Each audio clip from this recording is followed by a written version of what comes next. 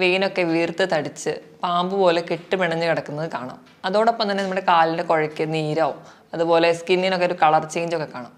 ഈ കണ്ടീഷനെയാണ് നമ്മൾ varicose vein എന്ന് പറയുന്നത്.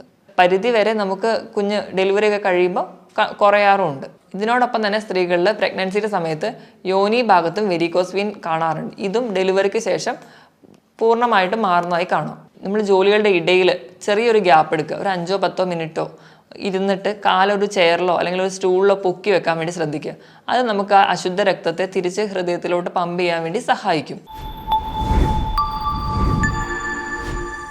ഹായ്, ഞാൻ ഡോക്ടർ പ്രിയ, Q1 ഹെൽത്ത് കെയറിലെ ഹോമിയോപ്പതിക് ഫിസിഷ്യനാണ്. നമ്മുടെ ക്ലിനിക്കിലും അതുപോലെ ചുറ്റുപാടുമൊക്കെ ഒരുപാട് പേരുടെ കാലിൽ വെയിനൊക്കെ വീർത്ത് തടിച്ച് പാമ്പ് പോലെ കെട്ടുപിണഞ്ഞ് കിടക്കുന്നത് കാണാം. അതോടൊപ്പം തന്നെ നമ്മുടെ കാലിൻ്റെ കുഴയ്ക്ക് നീരാവും, അതുപോലെ സ്കിന്നിനൊക്കെ ഒരു കളർ ചേഞ്ചൊക്കെ കാണാം. ഈ കണ്ടീഷനെയാണ് നമ്മൾ വെരിക്കോസ് വെയിൻ എന്ന് പറയുന്നത്. ഇന്ന് നമുക്ക് എന്താണ് വെരിക്കോസ് വെയിനും എങ്ങനെ ഉണ്ടാവുന്നു എന്നും എങ്ങനെ മാനേജ് ചെയ്യാം എന്നതിനെക്കുറിച്ച് സംസാരിക്കാം. ഈ വെരിക്കോസ് വെയിൻ എന്ന് പറയുന്ന കണ്ടീഷൻ കാലുകൾക്ക് മാത്രമല്ല, ശരീരത്തിൻ്റെ പല ഭാഗങ്ങൾക്കും ഉണ്ടാവാം. ഇവിടെ എന്താ സംഭവിക്കുന്നതെന്ന് വെച്ചിട്ടുണ്ടെങ്കിൽ, നമ്മുടെ കാലിലുള്ള അശുദ്ധ രക്തത്തെ തിരിച്ച് ഹൃദയത്തിലെത്തിക്കാനുള്ള ആ പ്രവർത്തനം നടക്കാതെ വരും. നമ്മുടെ കാലിലെ കണ്ണയിലെ മസിൽ, അതായത് സോളിയസ് എന്ന് പറയും, നമ്മുടെ രണ്ടാം ഹൃദയം എന്നാണ് അറിയപ്പെടുന്നത്. നമ്മൾ നടക്കുമ്പോഴും അല്ലെങ്കിൽ നമ്മൾ ഓടുമ്പോഴും അങ്ങനെയുള്ള എന്തെങ്കിലും എക്സസൈസുകളൊക്കെ ചെയ്യുന്ന സമയത്ത് കൺട്രാക്ട് ചെയ്യുകയും റിലാക്സ് ചെയ്യുകയും ചെയ്യുന്ന സമയത്താണ് ഈ അശുദ്ധ രക്തം ഹൃദയത്തിലെത്തുന്നത്. പല കാരണങ്ങൾ കൊണ്ട് ഈ അശുദ്ധ രക്തം, കാലിലുള്ള അശുദ്ധ രക്തം തിരിച്ച് ഹൃദയത്തിൽ എത്താതെ വരുന്നതുകൊണ്ടാണ് നമുക്ക് കാലുകൾക്ക് വെരിക്കോസ് വെയിൻ ഉണ്ടാകുന്നത്. എന്തൊക്കെ കാരണങ്ങൾ കൊണ്ട് നമുക്കിങ്ങനെ ഉണ്ടാകാം എന്ന് നോക്കാം. വെരിക്കോസ് വെയിൻ തന്നെ 2 രീതിയിൽ ഉണ്ടാവാം. പ്രൈമറി വെരിക്കോസ് വെയിനും secondary varicose vein. Primary varicose vein എന്ന് പറഞ്ഞാൽ ഏത് ഭാഗത്താണോ ബാധിച്ചത് അവിടുത്തെ രക്തക്കൊഴലുകളുടെ പ്രശ്നങ്ങൾ കൊണ്ട് ഉണ്ടാവുന്നതാണ് പ്രൈമറി വെരിക്കോസ് വെയിൻ. ഇനി സെക്കൻഡറി വെരിക്കോസ് വെയിൻ എന്താണെന്ന് നോക്കാം. സെക്കൻഡറി വെരിക്കോസ് വെയിൻ എന്ന് പറഞ്ഞാൽ മറ്റ് കാരണങ്ങൾ കൊണ്ട് ഈ രക്തം തിരിച്ച് പമ്പ് ചെയ്യാൻ പറ്റാത്തൊരവസ്ഥയാണ് സെക്കൻഡറി വെരിക്കോസ് വെയിൻ. എന്തൊക്കെയാണ് ഈ കാരണങ്ങളെന്ന് നമുക്ക് നോക്കാം. ഒന്നാമത്തെ കാരണം നമ്മൾ പറഞ്ഞല്ലോ, കാലിലെ വണ്ണയിലെ മസിലാണ് സോളിയസ്. ഈ മസിൽ കൺട്രാക്ട് ചെയ്യുന്നതും റിലാക്സ് ചെയ്യുന്നതും വഴിയാണ് നമുക്ക് അശുദ്ധ രക്തം തിരിച്ച് ഹൃദയത്തിലെത്തുന്നത്. ഈ മസിലിന് എന്തെങ്കിലും വീക്ക്നെസ്സോ അല്ലെങ്കിൽ ബലക്കുറവോ ഉണ്ടെങ്കിൽ ഈ പമ്പിങ് പ്രോപ്പറായിട്ട് നടക്കില്ല. രണ്ടാമതായിട്ട് നമ്മുടെ വെയിനുകളിൽ ഉള്ളിൽ വാൽവുകളുണ്ട്. ഈ വാൽവുകളാണ് രക്തത്തെ തിരിച്ച് കാലിലോട്ട് വരാതെ ഹൃദയത്തിലോട്ട് തന്നെ പമ്പ് ചെയ്ത് കയറ്റിവിടുന്നത്. ഈ വാൽവുകൾക്ക് എന്തെങ്കിലും പ്രശ്നം വന്നിട്ടുണ്ടെങ്കിലും നമുക്ക് വെരിക്കോസ് വെയിനുകൾ ഉണ്ടാവും. മൂന്നാമതായിട്ട് നമ്മൾ പ്രായം ചെല്ലുമ്പോഴൊക്കെ എല്ലാ അവയവങ്ങൾക്കും ക്ഷീണം സംഭവിക്കുമല്ലോ.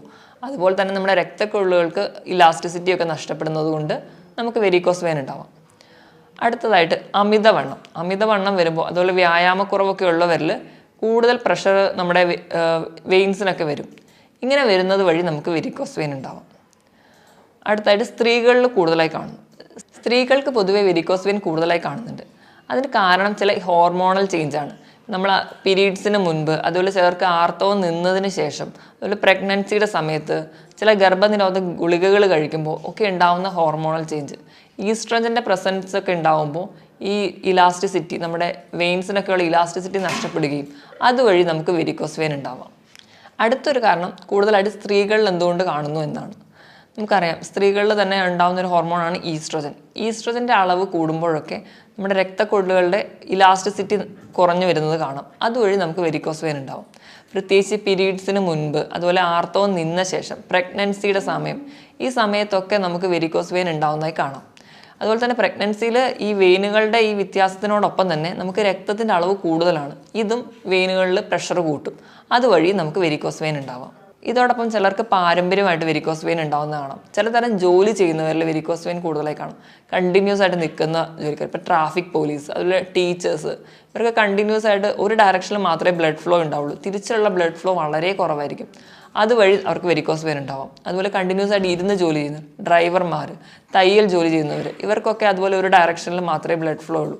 അതുവഴിയും വെരിക്കോസ് വെയിനുകൾ ഉണ്ടാവാം. ഇതിന് പുറമെ ഡീപ്പ് വെയിൻ ത്രോംബോസിസും വെരിക്കോസ് വെയിൻ ഒരു കാരണമാകും. ഡീപ്പ് വെയിൻ ത്രോംബോസിസ് എന്ന് പറഞ്ഞു കഴിഞ്ഞാൽ നമ്മുടെ കാലിൻ്റെയൊക്കെ ഉള്ളിലുള്ള ചെറിയ രക്തക്കൊഴലുകൾക്ക് ക്ലോട്ട് വരുന്നത് വഴി ആ പ്രഷർ ബാക്കിയുള്ള സൂപ്പർഫിഷ്യലായിട്ടുള്ള വെയിനിൽ വരുന്നത് കൊണ്ടാണ് ഇവിടെ വെരിക്കോസ് വെയിൻ ഉണ്ടാവുന്നത്. ഇതിനോട് പുറമെ തന്നെ നമ്മുടെ ഗർഭാശയ മുഴകളോ അല്ലെങ്കിൽ വയറിൽ വേറെ ഗ്രോത്തോ അങ്ങനെ എന്തോ ഉള്ളവർക്കും വെരിക്കോസ് വെയിൻ ഉണ്ടാവുന്നതായി കാണാം. ഇനി എന്തൊക്കെയാണ് വെരിക്കോസ് വെയിനിൽ കാണുന്ന ലക്ഷണങ്ങളെന്ന് നോക്കാം. നമ്മുടെ കാലിലും അല്ലെങ്കിൽ എവിടെയാണോ ബാധിക്കുന്നത് അവിടെ ഇംപ്യൂർ ബ്ലഡ്, അഥവാ അശുദ്ധ രക്തം കെട്ടിക്കിടക്കുകയാണ്. ഇങ്ങനെ അശുദ്ധ രക്തം കെട്ടിക്കിടക്കുന്നത് വഴി ആ കോശങ്ങളിൽ നീർക്കെട്ടുകൾ ഉണ്ടാവുന്നു. ഇങ്ങനെ കോശങ്ങളിൽ നീർക്കെട്ട് ഉണ്ടാവുന്നത് വഴി നമ്മുടെ കാലുകൾ എവിടെയാണോ ബാധിച്ചിട്ടുള്ളത് അവിടെ നീർവീക്കം കാണാം. ഇങ്ങനെ നീർക്കെട്ട് ഉണ്ടാവുന്നത് മൂലം കോശങ്ങൾക്ക് വേണ്ട ഓക്സിജൻ കിട്ടുന്നില്ല. ഓക്സിജൻ കിട്ടാത്തത് കൊണ്ടാണ് അവിടെ ഒരു സ്കിന്നിനൊക്കെ ആ ഒരു കളർ ചേഞ്ച് വരുന്നത്. ഒരു ബ്ലാക്ക് കളറോ അല്ലെങ്കിൽ കറുത്ത ഗ്രേ കളറിലോട്ടൊക്കെ സ്കിൻ മാറാൻ കാരണം വേണ്ട രീതിയിലുള്ള ഓക്സിജൻ ആ സ്കിന്നിന് കിട്ടാത്തത് കൊണ്ടാണ്. ഇങ്ങനെ ഓക്സിജൻ കിട്ടാത്തത് കൊണ്ട് അവിടെയുള്ള കോശങ്ങളുടെ ആരോഗ്യം കുറയും. കോശങ്ങളുടെ ആരോഗ്യം കുറയുമ്പോൾ സ്കിന്ന് കുറച്ചും കൂടി കട്ടി കുറഞ്ഞ് ചൊറിച്ചിലൊക്കെ ഉണ്ടാവാൻ തുടങ്ങും. അങ്ങനെ ആ ചൊറിച്ചിൽ നീണ്ടു നിൽക്കുകയാണെങ്കിൽ അത് പൊട്ടി അൾസർ ആവാൻ കാരണമാകും. ഒന്നാമത് അവിടെ ഓക്സിജൻ്റെ അളവ് കുറവായതുകൊണ്ട് തന്നെ ഈ അൾസർ ഉണ്ടായാലും അത് പെട്ടെന്നൊന്നും ഉണങ്ങാതിരിക്കും. അതിൽ വീണ്ടും വീണ്ടും ഇൻഫെക്ഷൻ വരാനുള്ള ചാൻസ് കൂടുതലാണ്. ഓക്സിജൻ കുറവായതുകൊണ്ടും ഇംപ്യൂർ ബ്ലഡ് കെട്ടിക്കിടക്കുന്നതുകൊണ്ടും ഈ എന്തെങ്കിലും ഇൻഫെക്ഷൻ വന്നാൽ തന്നെ അത് പ്രോഗ്രസ് ചെയ്ത് വലിയ വലിയ അൾസറിലോട്ട് പോകാനുള്ള ചാൻസ് കൂടുതലാണ്. ഇതിനോടൊപ്പം തന്നെ കാലിന് വേദന വരാം, അതുപോലെ കഴപ്പ്, അതുപോലെ കാലിന് പെരുപ്പൊക്കെ തോന്നാം, നല്ല കഠിനമായ വേദന, ഇടയ്ക്ക് വന്നും പോയൊക്കെ നിൽക്കുന്ന പോലെ തോന്നും. അതുപോലെ തന്നെ കാലിന് നല്ല തൊലിക്കൊക്കെ കളറ് മാറുന്നത് പോലെയും അവിടെ ചൊറിച്ചിൽ വരാം, ചൊറിഞ്ഞ് അത് പൊട്ടി അൾസർ ആവാനുള്ള ചാൻസ് ഉണ്ട്. അപ്പോൾ ഈ പ്രമേഹം പോലെയുള്ള രോഗങ്ങൾ കൂടെയുള്ളവരാണെങ്കിൽ ഈ അൾസർ പെട്ടെന്ന് പ്രോഗ്രസ് ചെയ്ത് പോകാൻ മറ്റ് ശരീരഭാഗത്തേക്ക് കൂടെ സ്പ്രെഡ് ചെയ്യാനുള്ള ചാൻസും കൂടുതലാണ്.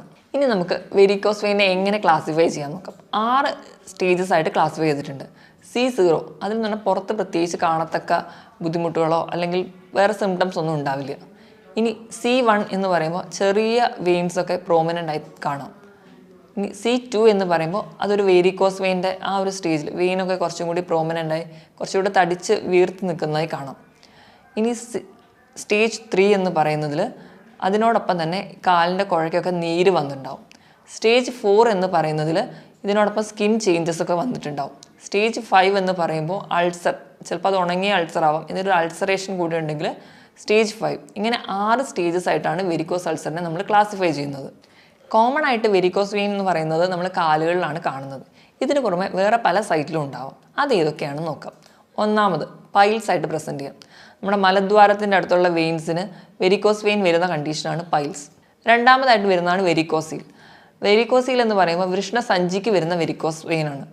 അവിടെ വരുന്നത് വഴിയായിട്ട് വൃഷ്ണസഞ്ചിക്ക് വീക്കവും അതുവഴി വന്ധ്യത വരെ ഉണ്ടാവാനുള്ള ചാൻസ് ഉണ്ട്. മൂന്നാമതായിട്ട് സ്ത്രീകളിൽ പ്രഗ്നൻസിയിൽ കാണുന്ന വെരിക്കോസ് വെയിൻ.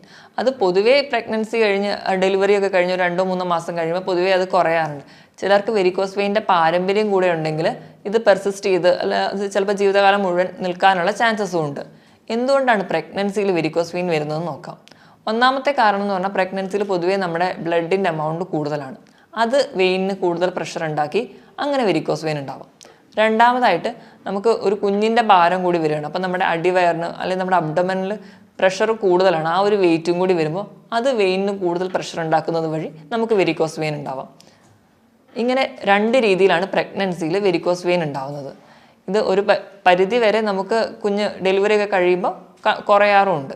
ഇതിനോടൊപ്പം തന്നെ സ്ത്രീകളിൽ പ്രഗ്നൻസിയുടെ സമയത്ത് യോനി ഭാഗത്തും വെരിക്കോസ് വെയിൻ കാണാറുണ്ട്. ഇതും ഡെലിവറിക്ക് ശേഷം പൂർണ്ണമായിട്ട് മാറുന്നതായി കാണാം. ഇനി നമുക്ക് വെരിക്കോസ് വെയിൻ തന്നെയാണോ ആ കണ്ടീഷൻ എന്ന് കൺഫേം ചെയ്യാൻ വേണ്ടിയിട്ട് എന്ത് ഇൻവെസ്റ്റിഗേഷൻ ചെയ്യണമെന്ന് നോക്കാം. അതിനായിട്ട് നമ്മൾ ചെയ്യുന്നതാണ് ഡോപ്ലർ സ്കാൻ. ഡോപ്ലർ സ്കാൻ ചെയ്യുന്നത് വഴി വെയിൻ്റെ കണ്ടീഷൻ നമുക്ക് പഠിക്കാം. സൗണ്ട് വേവ് പാസ് ചെയ്തുകൊണ്ട് നമുക്ക് രക്തത്തിൻ്റെ ഒഴുക്ക് എങ്ങനെയാണ്, എന്തെങ്കിലും ക്ലോട്ട് ഉണ്ടോ, അതുപോലെ അവിടുത്തെ വെയിൻസിലുള്ള വാൽവിൻ്റെ ഫങ്ഷനിങ് എങ്ങനെയാണ്, ഇതൊക്കെ തിരിച്ചറിയാൻ പറ്റും. അതുവഴി നമുക്ക് എന്താണോ പ്രശ്നം അതിനെ നമുക്ക് മാനേജ് ചെയ്യാനും പറ്റും. ഇനി നമുക്ക് വെരിക്കോസ് വെയിനെ എങ്ങനെ മാനേജ് ചെയ്യാമെന്ന് നോക്കാം. നമ്മൾ ആദ്യമൊന്നും വെരിക്കോസ് വെയിനെ വലിയ കാര്യമാക്കി എടുക്കില്ല. കുറച്ച് പ്രോഗ്രസ് ചെയ്യുമ്പോഴായിരിക്കും ഒരു ട്രീറ്റ്മെൻറ്റിൻ്റെ ആവശ്യകതയെക്കുറിച്ച് ചിന്തിക്കുന്നത്. അപ്പോൾ നമ്മൾ ചെല്ലുമ്പോൾ ഡോക്ടർ പറയും സർജറി ചെയ്താൽ മതി. സർജറി ചെയ്യുമ്പോൾ ചിലപ്പോൾ അപ്പോൾ ഒരു താൽക്കാലികമായ ഒരു ആശ്വാസം മാത്രമേ കിട്ടുള്ളൂ. ഉടനെ തന്നെ അത് അടുത്ത വെയിനെ എഫക്റ്റ് ചെയ്യുന്നു. ഇങ്ങനെ കണ്ടീഷൻ മാറിക്കൊണ്ടേയിരിക്കും. അതുകൊണ്ട് നമ്മൾ ഈ സർജറി ചെയ്താലും ചെയ്തില്ലെങ്കിലും അതിനോടൊപ്പം തന്നെ നമ്മുടെ ലൈഫ് സ്റ്റൈലും കുറച്ച് മോഡിഫിക്കേഷൻസ് ഒക്കെ നടത്തണം. എന്തൊക്കെയാണ് അതെന്ന് നോക്കാം. ഒന്നാമതായിട്ട് നമ്മുടെ വണ്ണം കുറയ്ക്കുക. ഈ വെരിക്കോസ് വെയിൻ ഉള്ളവർക്ക് ആ ഒരു പ്രഷർ കുറയ്ക്കാൻ വേണ്ടി തന്നെ വണ്ണം കൺട്രോൾ ചെയ്യുക. അതിനുവേണ്ടി നമ്മൾ അന്നജം അടങ്ങിയ ഭക്ഷണങ്ങളും കിഴങ്ങ് വർഗ്ഗങ്ങളും മധുരങ്ങളും ട്രാൻസ് ഫാറ്റ് അടങ്ങിയിട്ടുള്ളതും കൊഴുപ്പും എണ്ണയും അടങ്ങിയ ഭക്ഷണങ്ങൾ പൂർണ്ണമായും ഒഴിവാക്കണം. മിക്കവാറും ഈ വെരിക്കോസ് വെയിൻ ഒക്കെ ഉള്ളവർക്ക് മലബന്ധം ഉണ്ടാവുന്നതായി കാണാം. അത് ഒഴിവാക്കാൻ കൂടിയായിട്ട് നമുക്ക് ഫൈബർ അടങ്ങിയിട്ടുള്ള ഭക്ഷണങ്ങൾ കൂടുതലായിട്ട് കഴിക്കുക. അതിനായിട്ട് ഫ്രൂട്ട്സും വെജിറ്റബിൾസും കൂടുതലായിട്ട് നമ്മുടെ ഭക്ഷണത്തിൽ ഇൻക്ലൂഡ് ചെയ്യണം. ഇനി നമുക്ക് എന്തൊക്കെ ഭക്ഷണം കഴിക്കണം എന്ന് നോക്കാം. നമ്മൾ കൂടുതലായിട്ടും പറഞ്ഞ പോലെ ഫ്രൂട്ട്സും വെജിറ്റബിൾസും ഒക്കെ കഴിക്കുക. അതിനോടൊപ്പം തന്നെ ഒമേഗ 3 ഫാറ്റി ആസിഡ് അടങ്ങിയിട്ടുള്ള ഭക്ഷണങ്ങൾ കൂടുതലായി കഴിക്കുക. നട്ട്സും ചെറിയ മത്സ്യങ്ങൾ, മത്തി, ചൂര, അയല പോലെയുള്ള മീനുകളൊക്കെ കഴിച്ചതിന് വഴി നമുക്ക് നമ്മുടെ വെയിൻസിന് കുറച്ചും കൂടി സപ്പോർട്ട് കൊടുക്കാം. അതുപോലെ തന്നെ നമ്മൾ കഴിക്കേണ്ടതാണ് പ്രോട്ടീൻസ്. പ്രോട്ടീൻ എന്ന് പറഞ്ഞാൽ കൂടുതലും ആനിമൽ പ്രോട്ടീനെ ഡിപ്പെൻഡ് ചെയ്യാതെ വെജിറ്റബിൾ പ്രോട്ടീൻ, കൂടുതലും പയർ, കടല, പരിപ്പ് തുടങ്ങിയവ കൂടുതലായിട്ട് കഴിക്കുക. അതുപോലെ മുട്ട കഴിക്കുന്നത് നല്ലതാണ്. ഇതിനോടൊപ്പം തന്നെ ഭക്ഷണത്തിലേക്ക് ഇഞ്ചിയുടെ അളവ് കുറച്ച് കൂട്ടാം. അത് വഴി നമുക്ക് നമ്മുടെ ക്ലോട്ട് ഉണ്ടാക്കുന്ന ഫൈബ്രിൻ എന്ന് പറയുന്ന കമ്പോണൻറ്റിനെ അലിയിച്ച് കളയും. അങ്ങനെ നമുക്ക് ബ്ലഡ് ക്ലോട്ട് പ്രിവെൻറ്റ് ചെയ്യാൻ പറ്റും. അതുപോലെ നമ്മുടെ ബീട്രൂട്ട് കഴിക്കുന്നത് നല്ലതാണ്. ബീട്രൂട്ടിൽ നൈട്രസ് എന്ന് പറയുന്ന ഒരു കണ്ടന്റ് ഉണ്ട്. അത് നൈട്രസ് ഓക്സൈഡായിട്ട് കൺവേർട്ട് ചെയ്യും. അത് നമ്മുടെ വെയിനൊക്കെ ഡയലേറ്റ് ചെയ്യാനും വെയിൻ്റെ ആ ഒരു ഇലാസ്റ്റിസിറ്റി മെയിൻറ്റെയിൻ ചെയ്യാനും നല്ലതാണ്. അതുപോലെ നമ്മൾ വൈറ്റമിൻ സി അടങ്ങിയ ഫ്രൂട്ട്സ്, അതായത് പുളിയൊക്കെയുള്ള ചില ഫ്രൂട്ട്സ്, നെല്ലിക്ക, നാരങ്ങ, ഓറഞ്ച് ഒക്കെ കഴിക്കുന്നത് നല്ലതാണ്.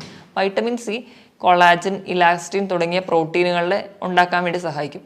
കൊളാജനും ഇലാസ്റ്റിനും ഒക്കെയാണ് നമ്മുടെ രക്തക്കൊള്ളുകളെയും വെയിൻ്റെയൊക്കെ ഭിത്തിയൊക്കെ ഉണ്ടാക്കുന്നത്. അതുവഴി നമുക്ക് കുറച്ചും കൂടി ആരോഗ്യപരമായിട്ടുള്ള ഒരു വെയിൻ സ്ട്രക്ചറൊക്കെ ഉണ്ടാക്കാൻ പറ്റും. ഇതിനോടൊപ്പം തന്നെ ആപ്പിള്, അതുപോലെ മുന്തിരി അല്ലെ ബെറീസ് ഒക്കെ കഴിക്കുന്നത് നല്ലതാണ്. അതിൽ റൂട്ടിൻ എന്ന് പറയുന്ന കമ്പോണൻറ്റ് നമ്മുടെ നീർക്കെട്ടുകളൊക്കെ ഉണ്ടെങ്കിൽ കുറയ്ക്കാനും അതുപോലെ വെയിൻസിനൊക്കെ കുറച്ചും കൂടി സ്ട്രെങ്ത് കൊടുക്കാനും അത് കുറച്ചുകൂടി വികസിച്ച് നിൽക്കാൻ വേണ്ടിയിട്ടൊക്കെ സഹായിക്കും. ഇതിനോടൊപ്പം തന്നെ ശതാവരി കഴിക്കുന്നത് നല്ലതാണ്. ശതാവരി നമ്മുടെ വെയിൻസിൻ്റെയൊക്കെ ഭിത്തി കുറച്ചുകൂടെ സ്ട്രോങ് ആക്കാനും അത് കൊളാപ്സ് ചെയ്ത് പോവാതെ അതിൻ്റെ ഇലാസ്റ്റിസിറ്റി ഒക്കെ മെയിൻറ്റെയിൻ ചെയ്യാനും, ഇപ്പം ചെറിയ അൾസറൊക്കെ ഉണ്ടായാലും അത് പെട്ടെന്ന് ഉണങ്ങാനും ഈ ശതാവരി നല്ലതാണ്.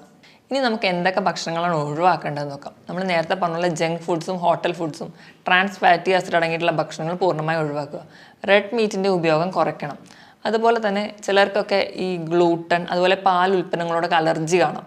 അപ്പോൾ ഈ അൾസറൊക്കെ ഉണ്ടെങ്കിൽ ഇത് കൂടി കഴിച്ചു കഴിഞ്ഞാൽ അത് കുറച്ചുകൂടി വേഴ്സൺ ചെയ്യും. അൾസറൊക്കെ കുറച്ചുകൂടി സ്പ്രെഡ് ആവാൻ കാരണമാവും. അതുകൊണ്ട് ഇങ്ങനെ അൾസറോ അല്ലെങ്കിൽ വെരിക്കോസ് വെയിൻ ടെൻഡൻസി ഉള്ളവർ ഗ്ലൂട്ടൻ അടങ്ങിയിട്ടുള്ള ചപ്പാത്തി അതുപോലെ ഓട്സ് ഒക്കെ കുറയ്ക്കുക. അതുപോലെ പാൽ ഉൽപ്പന്നങ്ങൾ കുറച്ച് വേണം ഉപയോഗിക്കാൻ. അതുപോലെ അൾസർ സ്റ്റേജൊക്കെ ആണെങ്കിൽ സ്ഥിരമായിട്ട് തൈര് ഉപയോഗിക്കാതിരിക്കുന്നതാണ് നല്ലത്. ഇങ്ങനെ ഫുഡൊക്കെ കൺട്രോൾ ചെയ്യുന്നതിനോടൊപ്പം തന്നെ കൃത്യമായിട്ടൊരു എക്സസൈസ് കൂടി നമുക്ക് വേണം. കൃത്യമായ വ്യായാമം കൂടി ഉണ്ടെങ്കിൽ നമുക്കിത് കൺട്രോൾ ചെയ്യാൻ പറ്റുള്ളൂ. അപ്പോൾ വെരിക്കോസ് വെയിനൊക്കെ നല്ല ബുദ്ധിമുട്ടുള്ളവരാണെങ്കിൽ കഠിനമായ വ്യായാമം ചെയ്യാതെ രാവിലെ കുറച്ചൊക്കെ ഒരു നിരപ്പായ സ്ഥലത്തൂടെയൊക്കെ നടക്കാൻ വേണ്ടി ശ്രദ്ധിക്കുക.